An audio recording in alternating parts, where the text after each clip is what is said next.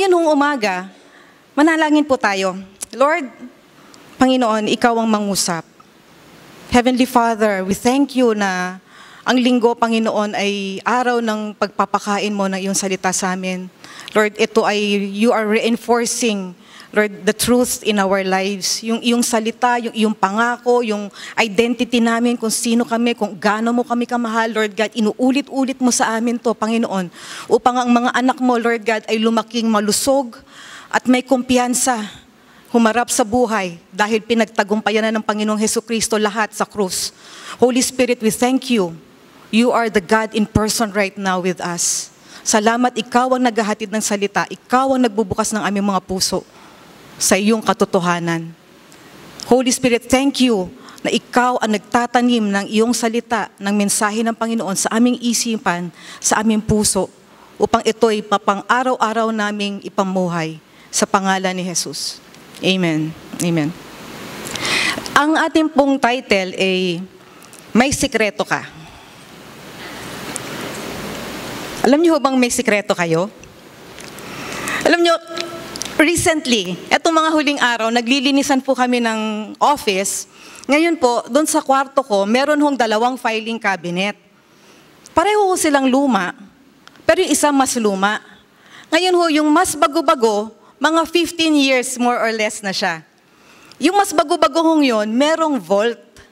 Yun pong vault na yun, ever since po na napunta sa akin yun, dahil hindi naman ho ako ang may gamit nun, hindi na ho nabuksan yun at hindi nagamit. Ngayon ho, kailangan mag-dispatch ako ng isang filing cabinet sa office. So pinili ko yung mas bago-bago, yung 15 years more or less, yun yung bago. Kaya sabi ko, ay ito na lang aayusin ko, maintain ko. Pero dahil po yung filing cabinet, may mga drawers, yung pinaka-top ay palaisipan. Diba? Pwede naman na gamitin ko na lang yung mga drawers at pawalang bahala ako na yung top na vault. Di ko alam eh. O kaya pwede ko namang kalikutin yan, trying to figure out ano yung kombinasyon ng sikreto. Hindi ho ba? Ganun din ho ang buhay natin. Pwede natin pagbabalang bahala. Di ko alam eh. Ako, napakalaki niyan. Di ko kaya yan. O pwede natin pakialaman ang sarili natin, trying to figure out, solve everything na patungkol sa atin. Pero ang totoo po, meron pong secret combination. Ang Diyos lamang ang nakakaalam para sa atin. Ngayon, tingnan po natin yung aklat ng 1. Ito po sa chapter 3. Ito pong kwentong to, meron hong isang pinuno ng mga Hudyo. Ito po si Nicodemus. Si Nicodemus po, paglubog ng araw, punta na po siya sa Panginoong Jesus. Ngayon po, di natin alam, bakit ba pagdating pa ng gabi siya naglakad?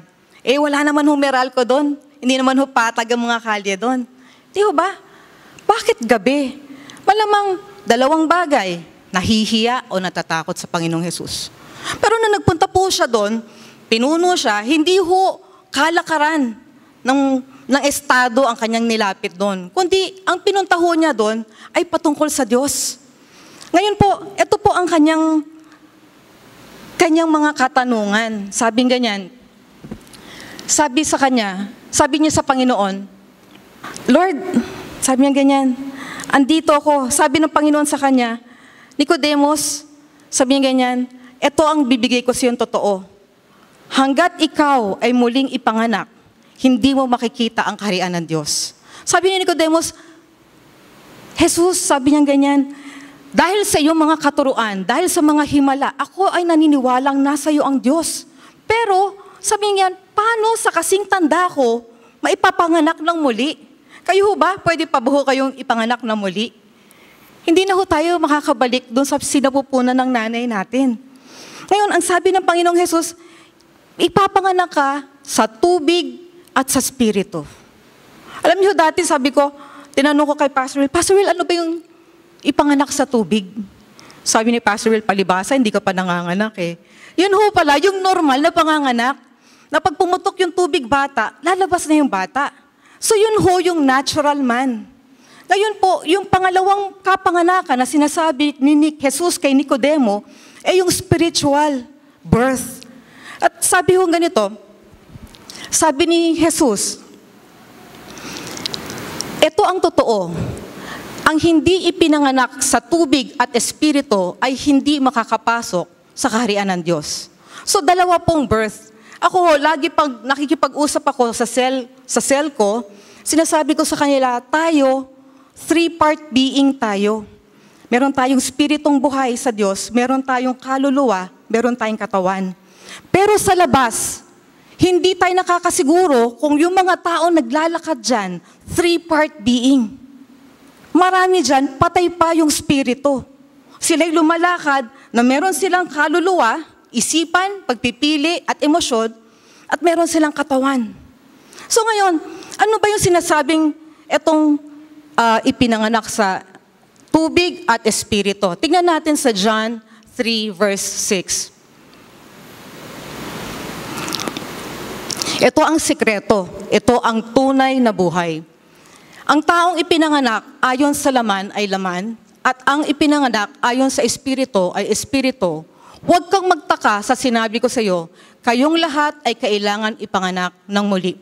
Ano hong sinasabi dito? Yun hong natural man, hindi ho maiintindihan ang things of God. Ganun po yun. Sabi hong ganyan, kailangan maipanganak kayong muli. So doon ho dinala nitong Panginoong Jesus ang usapan. Sabi niya ganito, hindi mapapatupad ang pagsilang nitong dalawa on our own. Tayo ho, ako ho, hindi ko madidiskartihan ang nanay kong ipanganak ako. Tama. Wala ho tayong kinalaman sa pagpapanganak natin in the natural. Ganon din ho in the spiritual. Wala ho tayong kinalaman na tayo ho ay maipanganak sa spiritual kasi ito po ay kagagawa ng ating Panginoong Jesus. Tayo lang po ay tumatanggap at nananampalataya. Ngayon, paano ho ba yung proseso na sinasabi ni Nicodemus? Alam mo natin John 3:16? Ito po ang maganda dito. Ako po ay nag-Bible school noon. Noong nag-Bible school ako, akala lahat ng tao, magaling ako sa Bible.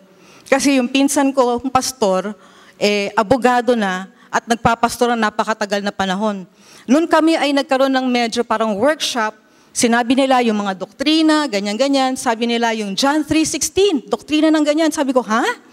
Sabi ko, ano yun, John 3:16? Tapos alam niyo, tinignan ako ng lahat ng mga ka-teammate ko. At sabi niya, hindi mo alam ang John 3:16? Sabi ko, hindi. Alam niyo, akala nila nang iinis ako. So, gusto kong ilatag natin ang John 3:16. Sabi ho, ang sikreto na nasa atin ay ang love story. John 3:16, sapagkat gayon na lamang ang pag-ibig ng Diyos sa sangkatauhan, kaya't ibinigay niya ang kanyang kaisa-isang anak upang ang sino mang sumampalataya sa Kanya ay hindi mapahamak, kundi magkaroon ng buhay na walang hanggan. Unang-una po, ang kalalagayan ng mundo ay pawala. Ito ho ay pariwara. Pangalawa ho, ang Diyos. Ang Diyos po, ang motivation niya ay pag-ibig.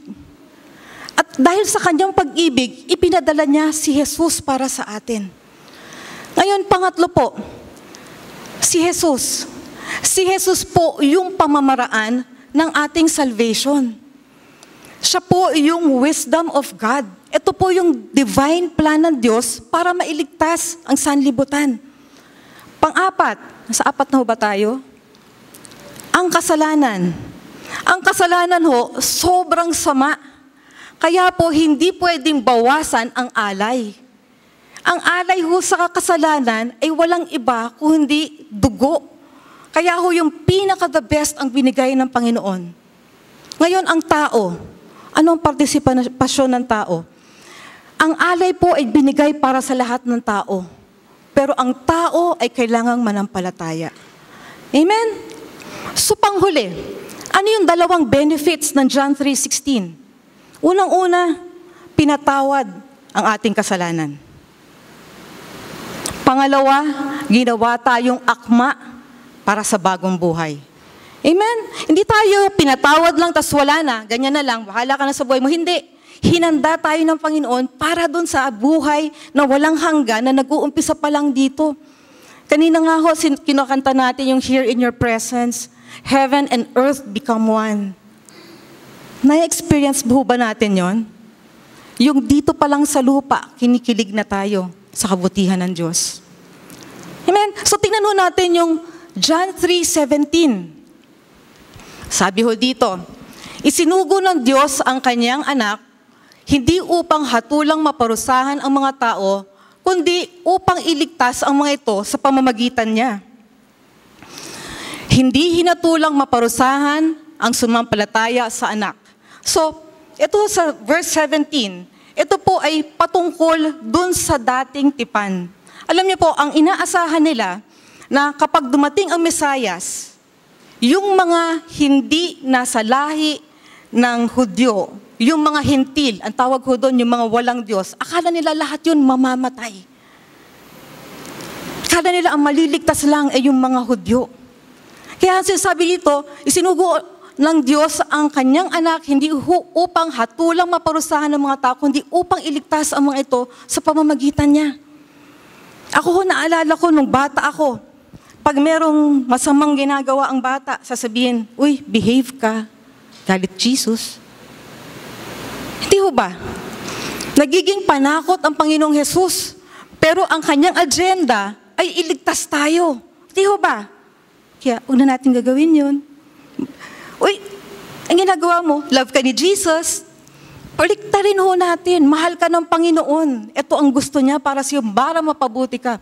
So sabi ko dito, ngunit, yung kanina hindi hinatulan, di ba? Dumating si Jesus para iligtas. Pero ano ho yung sa 18? Sabi dito, ngunit hinatulan na ang hindi sumasampalataya sapagkat hindi siya sumampalataya sa kaisa-isang anak ng Diyos. So, paano ho tayo napupunta sa heaven? Jesus. Faith in Jesus only.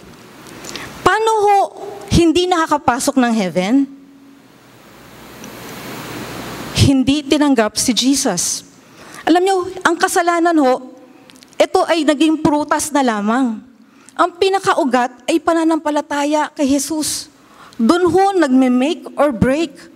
Kaya ho tayo, every time po tayo mangangaral, magyayaya, o kaya ipapakilala natin ang Panginoon sa ating mga kamag-anak, ipakita ho natin yung napakabuti, yung love story behind salvation. Na sobra ang pagmamahal ng Diyos, kaya kayo nililigtas. Amen? So tingnan po natin sa Aklat ng Korinto. Ang nagsulat po nito ay si Apostol Pablo. Ito pong lugar ng Korinto, ito po ay nakapag-establish na siya ng mga mananampalataya. It's a church. So yung unang Korinto, ito po ay patungkol sa isang lugar kung saan ito po ay commercialized. Napaka-mausbong na lugar ho na ito. At alam niyo pa, pag may mga kalakal, meron din hong mga problema. Andito ho yung immorality. At andito rin ho yung napakaraming reliyon. Dami nilang sinasamba dito. So itong pagtatalakay po ng unang Korinto ay patungkol sa pamumuhay at pananampalataya ng isang Kristiyano. Ito po yun. Ito po yung pinaka-background ng kanyang book, ng kanyang letter to the Corinthians. So tingnan po natin sa unang Korinto 1:30. Ito po yung sekreto. Unang-una ho, in-evaluate niya kagad kung ano ang pagiging Kristiyano. Sabi niya, basahin ho natin sabay-sabay. Sa Kanya, nagmula ang buhay na taglay ninyo dahil sa pakikipag-isa ninyo kay Kristo Jesus na siyang ginawang karunungan natin. Sa pamamagitan din niya, tayo'y itinuring na matuwid, ginawang banal, at iniligtas ng Diyos. So, ito po yung pinaka-evaluation.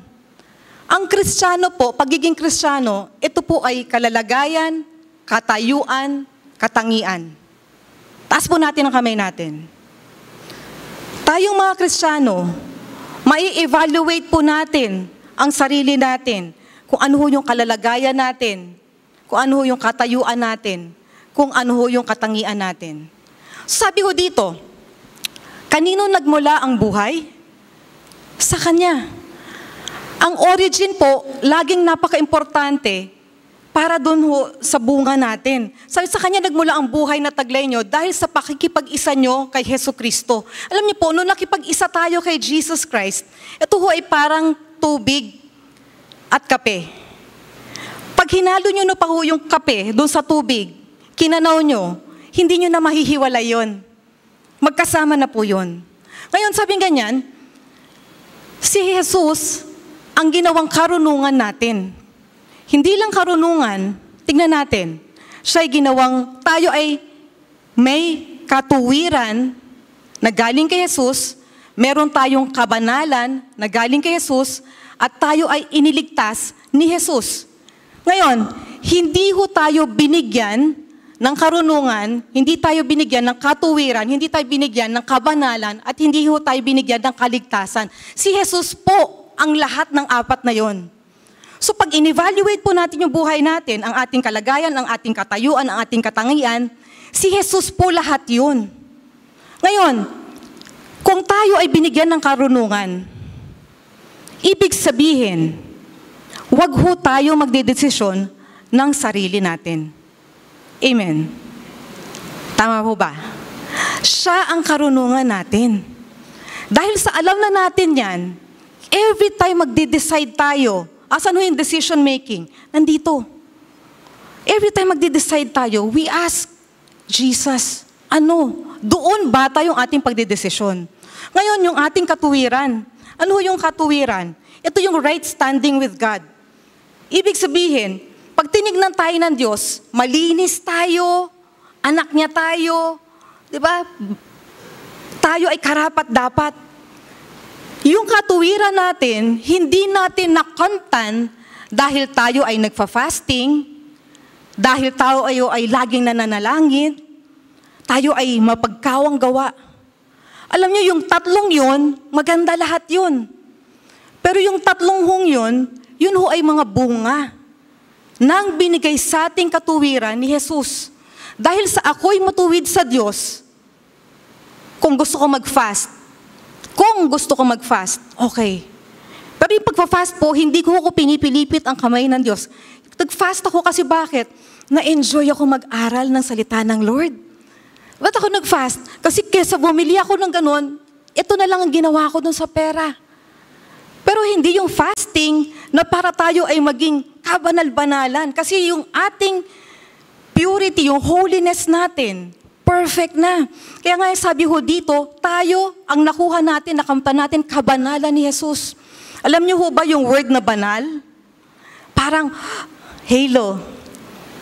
Alam niyo kung anong ibig sabihin ng word na banal? Ito yung hindi divisible. Kompleto, buo, hindi mapipingas, hindi mababawasan, hindi na madadagdagan. Complete on its own. Kaya tayo ho, complete na ho tayo. We just receive, the completeness from Jesus, yung kabanalan. Ngayon po, yung kaligtasan. Ito rin po, yung wala tayong magagawa para maligtas. Ang kaligtasan binigay ni Kristo. Ang gagawin lang po natin, gaya ni Nicodemus, tinanggap. Amen? So yun po yun. Pag in-evaluate po natin ang buhay natin, ito ho yung mga checklist natin. So tingnan ho natin yung unang Korinto 2 verse 2. Sabi ho ni Apostol Pablo, ipinasya kong walang sino mang kilalanin maliban kay Jesucristo na ipinako sa krus. Alam niyo po, ang mensahe simple. Ang mensahe po, si Kristo, ang katauhan niya at ang krus, kung ano ang ginawa niya, ano naganap, ano yung ibinigay niya mula sa krus para sa atin. So sabi nga ho dito, pag tayo nangaral, ibigay natin yung salita ng Diyos at hayaan natin na ang Diyos ang maghimok sa tao. Ito po, siya po ang gagawa, siya po ang kikilos sa mga puso ng tao. Amen? So tignan po natin yung susunod. 2 Corinthians 2 verse 7. Sabi dito, subalit ang ipinapahayag namin ay ang lihim na karunungan ng Diyos na hindi nahayag nung una at itinalaga niya para sa ating ikaluluwalhati bago palikhain ng sanlibutan. So, ito po, sinasabi dito yung lihim Tingnan ho natin yung lihim. Unang-una, ang Holy Spirit, siya ho yung nagre-reveal. Ang binibigay ho niya, revelasyon. Ibig sabihin ng revelasyon, nandyan na yan, parang binubuksan niya lang para sa inyo. Unang-unang revelation na binigay ng Holy Spirit sa atin, kailangan natin ng tagapagligtas. Amen. Kayo ho ba, naalala niyo ho ba yung first time na kayo ay nakipagtagpo sa Diyos? Nakipagtagpo tayo sa Diyos dahil kailangan natin siya. Yun ang unang-una. Yun ang nireveal ng Holy Spirit. Pangalawa, nung tayo'y tumanggap sa Diyos, binigay ng Diyos sa atin yung kanyang mind. We received the mind of Christ. Yun ang binigay sa atin. At ito po ay revelation ng Holy Spirit. Pangatlo po, nung tayo ay may mind of Christ na, ginusto na ho natin na matutunan palalo kung ano si Jesus, kung anong ginawa niya sa atin. At sabi nga ho sa Pedro, sa aklat ng Pedro, nadadagdagan ang kapayapaan at kapanatagan natin dahil sa ating kaalaman sa Panginoong Jesus. So the more we seek God, the more tayo nagtatanong, the more tayo nakaasa sa Kanya, lalo na dadagdagan ang revelasyon na yan. So yan po yung sikreto ng buhay natin. Nasa atin na yun, inilalabas lang natin. Ngayon, ang sikreto, kagaya ho nung vault kanina na sinasabi ko sa inyo, kung hindi ho natin ito bubuksan, hindi ho natin papakinabangan. Alam niyo po, just for a mental picture, alam niyo ho ba kung gaano kalaki yung vault na binuksan ko? Pag pinasok ko po yung kamay ko, hindi ko pa rin ho maabot yung dulo. Alam niyo po, ganun ang kayamanan na nakay Kristo. So ating tignan na po, susunod, 1 Corinto 2:9. Sabi ito, subalit, tulad ng nasusulat, hindi pa nakikita ng mata o naririnig ng tenga, ni hindi pa sumasagi sa isip ng tao ang mga inihanda ng Diyos para sa umibig sa Kanya. Ito ho ba ay nabasa nyo na? Itong scripture pong ito ay hindi excuse para tayo ay maging mangmang sa salita ng Diyos. Kasi sabi naman dito, hindi pa nakikita, hindi pa naririnig, hindi pa sumasagi sa tao yung mga hinanda ng Diyos para sa umiibig sa Kanya. Alam nyo ang ibig sabihin dito? Hindi ho sa external. Hindi ho, paano na lang ho kung handicap? Paano kung bulag? Paano kung bingi? Paano kung kunyari medyo may problema sa understanding? Hindi na ho ba makakatanggap ng revelasyon sa Diyos? Ang sinasabi ho dito, wala ho sa external yan, kung hindi po, internally. Sabi ho dito, hinanda ng Diyos para sa mga umiibig sa Kanya. Ngayon, ang umiibig ho sa Kanya, napakasimple. Minsan kasi parang, eto na naman tayo eh. Pag sinabi na naman, umiibig, parang big word na naman sa atin. Alam nyo, pinakasimpleng definition ng umiibig sa Kanya, ito po yung mga tao na kumikilala at nagpapasalamat sa mga pagpapala niya. Amen? Simple ho, di ba? So, sino yung umiibig sa Kanya? Tingnan ko nga ho yung mga kamay. Lahat tayo, everyday, napakarami ho nung ipinagpapasalamat natin sa Diyos. Para lang ho, may maikwento ko sa inyo. Kagabi po, kami po yung maghahapunan na mag-ina. Sabi ng mami ko, may kanin pa dyan sa ref. Sabi niya, initin natin. Sabi ko, wag naman. Sabi ko, minsan lang tayo magkasama, magsaing tayo. Para mainit. Iba ko kasi yung sinaing eh. Di ba? Kasi yung ininit lang. Sabi ko, magsaing tayo. Saing kami. Luto siya. Paksiw. Tapos, kasi ho nga kinuwento ko yung gulay na hinanda sa akin sa cell. Yung nag-ampalaya, ganyan. Noong kami ho'y kakain na, mainit yung pagkain, nakahanda na lahat. Halabira, nag-umpisa humagikik ang nanay ko. Tawa siya ng tawa. Sa katatawa niya, nagkanda, iyak-iyak na siya ng katatawa. Ako naman ho, dahil sa gutom na gutom ako, paspas naman ako ng kain, to the point na nakokonsensya ako. Na ako, mainit yung kinakain ko. Sabi ko, tama na yan, kumain ka na. Tawa ho siya talaga ng tawa. Nagkakanta, iyak siya. Alam niyo po, deep in my heart, busog po ako dun sa pagkain. Pero busog din po ako sa kaligayahan na ang saya-saya namin sa isang hapunan ng ampalaya at bagoong at napakaraming kwento ng nakalipas. At hindi lang yun, mind you, yung kwento po, ilang beses na namin pinag-usapan. Alam nyo, napakarami natin ipagpapasalamat sa Diyos. Kaya lang, yun ho ba ang nakikita natin? Are those things the things that we choose to see in our lives? So tingnan po natin. Sabi ho dito, inihanda. Grabe. Ang Lord, nung ginawa kayo, andyan na lahat yung bonus. Para ho nagluto kayo na, para special, lagay natin tong special sauce. Parang KFC, secret spices and herbs. Ang Lord, ginanya na yan, hinanda na yun para sa atin. At ang sabi, hindi pa nakikita, hindi pa naririnig, hindi pa sumagi sa isipan ng tao. Alam niyo kung ano talaga yun? Yun ho si Jesus. Amen. Ano ho si Jesus? Yung hindi pa sumagi. Pero nyo dati sa lumang tipan, iniisip na nila, ano kaya yung Mesayas na darating? Hindi nila akalain na yung Mesayas na yun, hindi lang tatanggalin yung kasalanan mo. Kung hindi, bibigyan ka ng buhay na walang hanggan dahil sa kanyang muling pagkabuhay.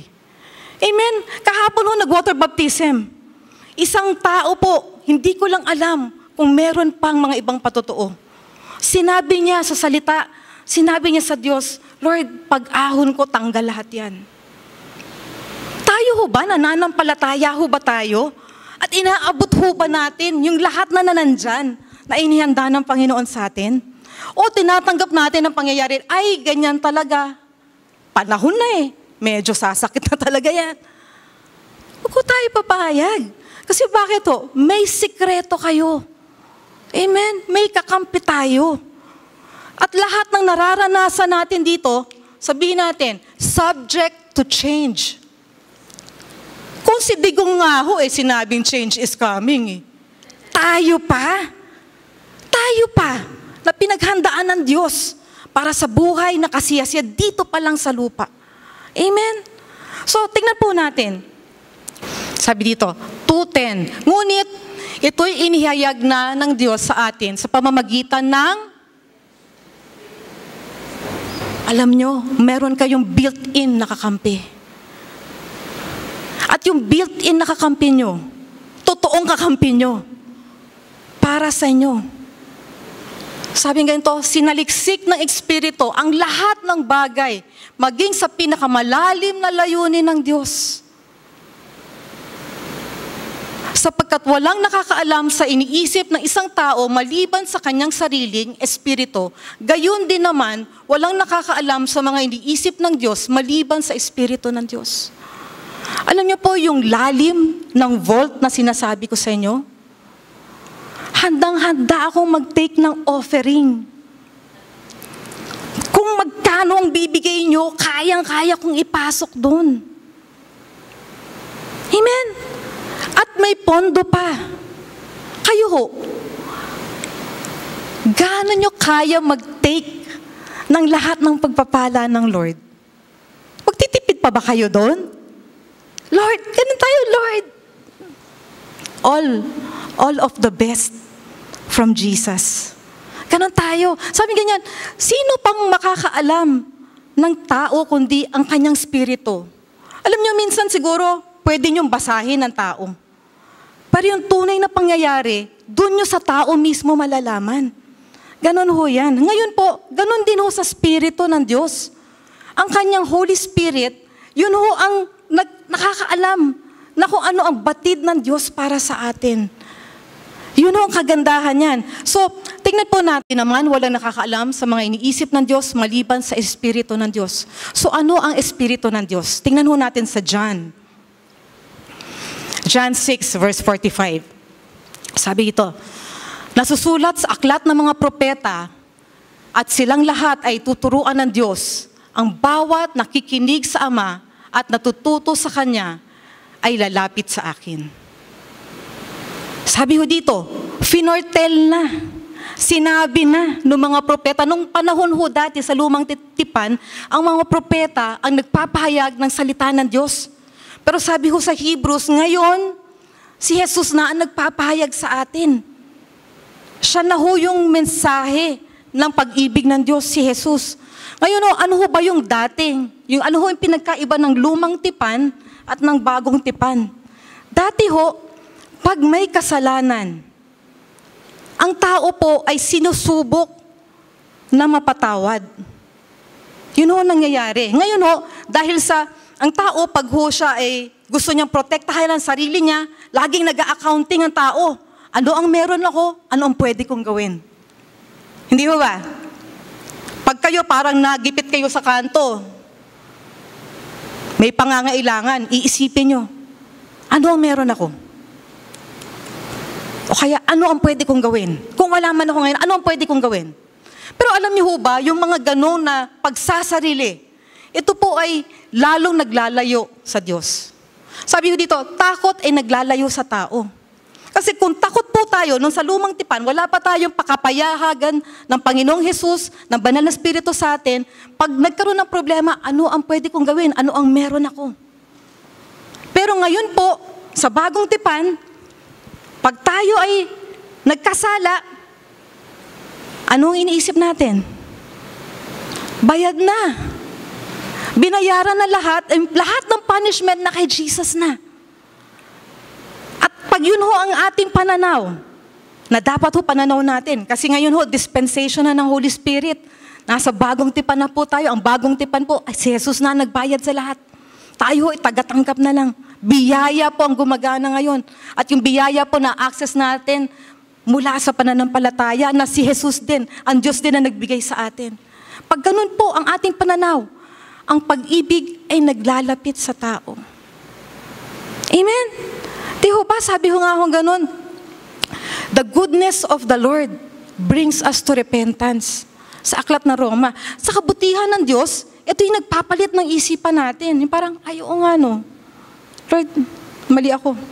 Sorry. Diba?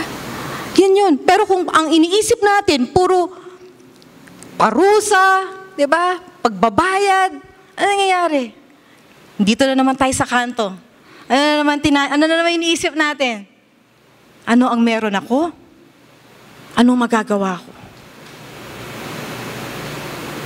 Word of grace. Huwag na kayo kumilos. Tumingin kayo, look up. Tumingin kayo sa Panginoong Hesus.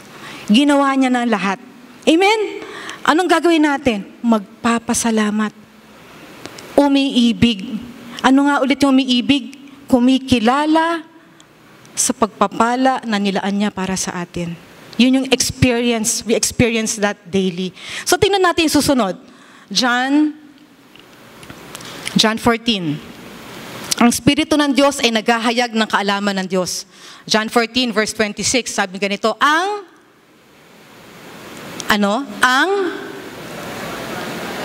tagapayo. So meron tayong built-in, may inside job. Meron tayong tagapayo. Ang tagapayo, ang banal na Espiritu ay siyang susuguin ng Ama sa pangalan ko. At siya ang magtuturo sa inyo ng lahat ng bagay.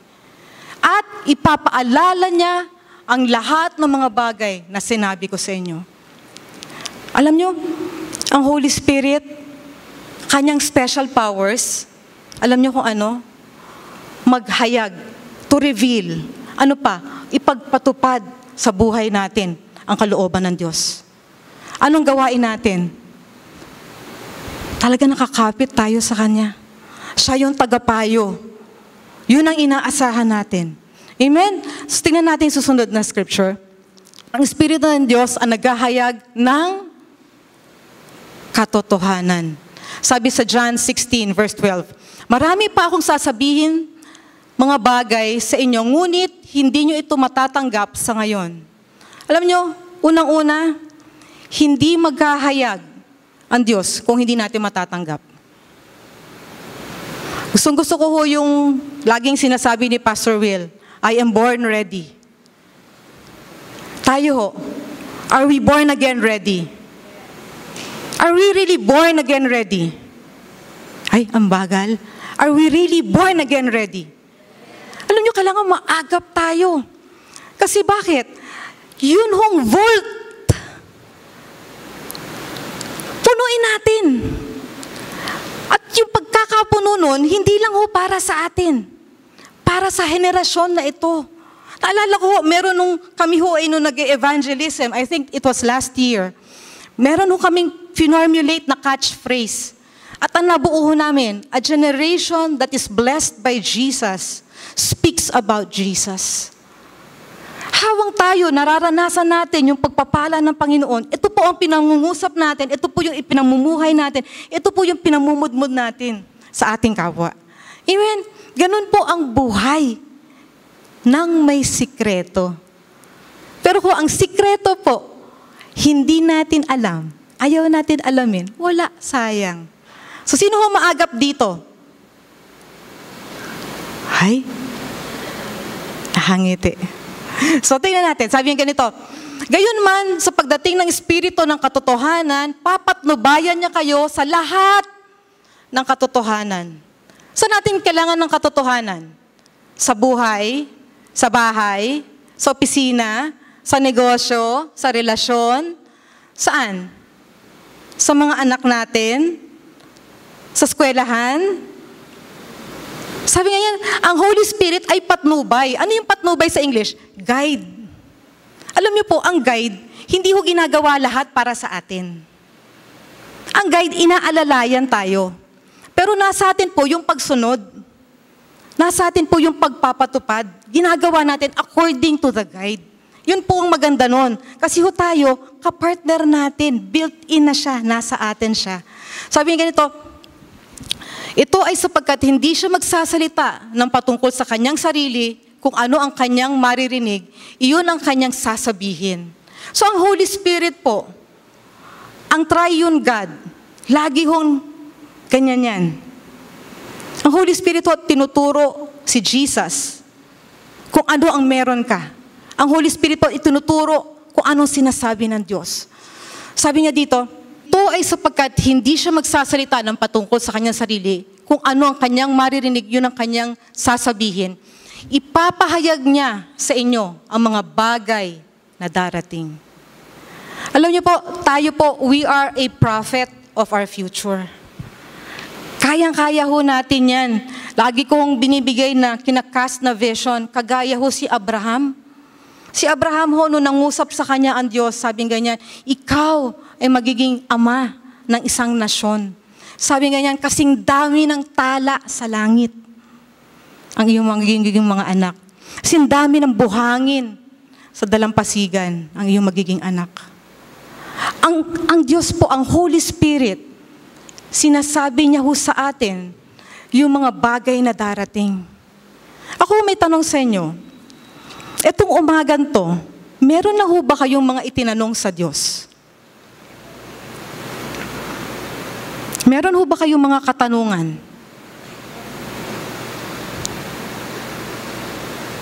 Alam niyo ako, kanina may katulungan ako. Pagpasok ko pa lang, sinagot na ng Lord. Siya po yung nagpapauna ng salita. Bakit ho siya nagpapauna ng salita sa atin? Para ho tayo ma-build up. Alam niyo po, ang ministry ng Holy Spirit, para ma-build up tayo. Para ho tayo ay maging malusog. Para ho tayo ay kung ano man ho ang dumating, meron hong pinunlaan Diyos na pakapayagan sa ating mga puso. Yun po ang ministry ng Holy Spirit sa atin. So tingnan po natin yung susunod na scripture. Ang Espiritu na Diyos ay nagluluwalhati kay Jesus. Sabi sa John 16 verse 14, luluwalhatiin niya ako sapagkat tatanggapin niya ang sa akin at ipapahayag niya ito sa inyo. Ang lahat ng mga bagay na mayroon ng aking Ama ay akin. Alam niyo po, kung si Jesus hindi ho kapantay ng Diyos, ito po ay blasphemy, kalapastanganan. Pero ito po ang level ng triune God natin. At sabi ko dito, kaya nga sinabi ko, tatanggapin niya ang sa akin at ipapahayag niya ito sa inyo. Alam niyo po, si Jesus, ambassador ng Diyos Ama. Pinadala niya ang Panginoong Hesus dito para makita natin ang puso ng Diyos Ama. Ngayon, nung tapos na ang ministry ng Panginoong Hesus, diba? Siya'y namatay, muling nabuhay, kaya ho tayo walang sala, na tayo ay naligtas, magpakailanman. Nung siya ay nasa langit na, sa kanang kamay, siya ay nag-i-intercede pa rin sa atin, namamagitan pa rin sa atin.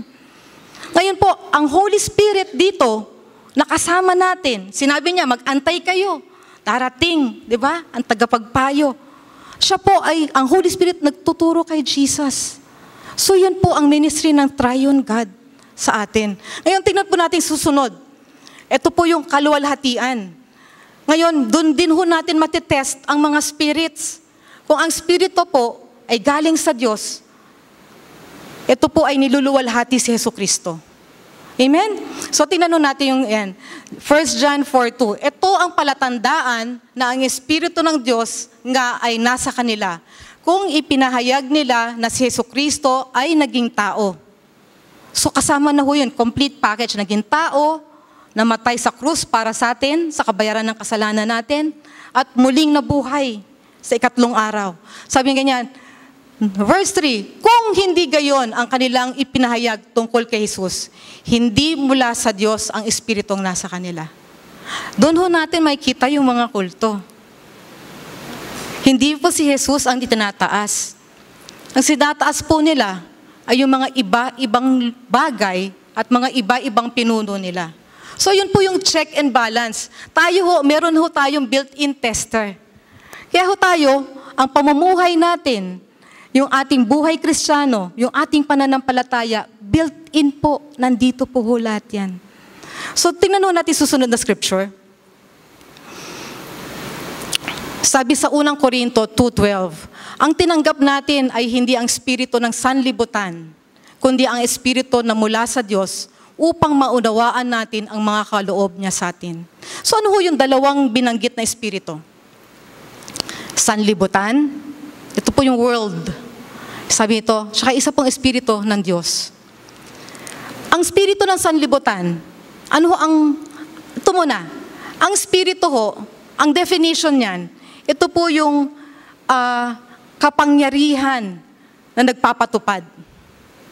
Ito po yung operating power, yung spirit. Yan po yan. Kaya pag sinabi yung spirito ng sanlibutan, ano ho yung main focus ng world? Selfie. Para matandaan nyo, madali nyo matandaan. Ang main focus ng world, ito po yung self. Yung magkamkam, yung materialism, yung para sa akin, yung pagpapasarap. Kahapon po, ang sarap matulog, makulimlim. Kaya lang ho may water baptism. Diba? Pero nung nagpunta akong water baptism, mas masarap doon. Meron pang mga himala, meron pang mga patotoo. Amen? Ngayon yung spirito ng Diyos, ano ho ang nangingibabaw? Ano ho yung motive, primary motive ng spirito ng Diyos? John 3:16. Ganun na lamang ang pag-ibig. Alam niyo po yung pag-ibig, tinanggap na natin ng Panginoong Jesus. Ang pag-ibig ho ngayon sa atin, fruit of the Spirit. At yung fruit of the Spirit, siya po yun. Diba ano nga ho yun? Alam ba natin? Love, joy, peace, patience, kindness, goodness, faithfulness, gentleness, self-control. Hindi na ho tayo kailangan sabihan ni bato. Natuturuan niya tayong sumuntok. Di ba? Kasi bakit? Meron ho tayong pag-ibig. Pero we concentrate on the inside. Kakatuwa nga ho kasi sa Facebook ngayon meron hong pinakita ng parang sa ABS-CBN na parang footage kung paano to keep your cool during traffic o kaya doon sa pagmamaneho. Tayo po, built-in na. Yung fruit of the Spirit, hindi ho natin kokolektahin pa yun. Nasa atin na yun. All we have to do is operate it in our lives. Hayaan po natin na yun ho ang lumabas sa atin. Kaya ang buhay po ng Kristiyano, tayo po, hinahayaan nating si Jesus ang lumabas sa atin. Amen? From the inside out. At hindi na rin ho tayo kailangan sabihan ni bato kung paano huminga para mawala yung galit. Alam nyo, every time tayo hihinga, let's breathe in the goodness of God. Alam nyo, ginawa ko to dati sa bisyo. Dati ho, naninigarilyo ko. Hindi ko matanggal. Alam niyo yung ginawa ko? Sabi ko, kesa yung sigarilyo yung lalagay ko sa bibig ko, sisip-sipin kong ganyan. Alam niyo kung sinisip-sip ko? Pangalan ni Jesus. Kasi di ba ho, minsan foolishness. Pero in principle, I'm taking in Jesus in my life. At paglabas po nun, di ba ho, pag nagsigarilyo kayo, may ilalabas kayo? Ang nilalabas ko pa rin si Jesus. Inhale, exhale ako, Jesus. At ngayon ho, maging sa pagmamaneho. Inhale, exhale, Jesus. Amen? Nasa atin na, built-in na yung kombinasyon. Iikot lang natin. Huwag tayo ang paiikutin. Amen? Kaya nga ho tayo ay nakatanim, nakaugat sa Panginoong Jesus na kahit anong mangyari, ano yung dumating, firmly planted tayo. Holy Spirit ang nagsasabi sa atin. Yung bunga ng Espiritu ang lumalabas sa atin. So tinanong natin last scripture.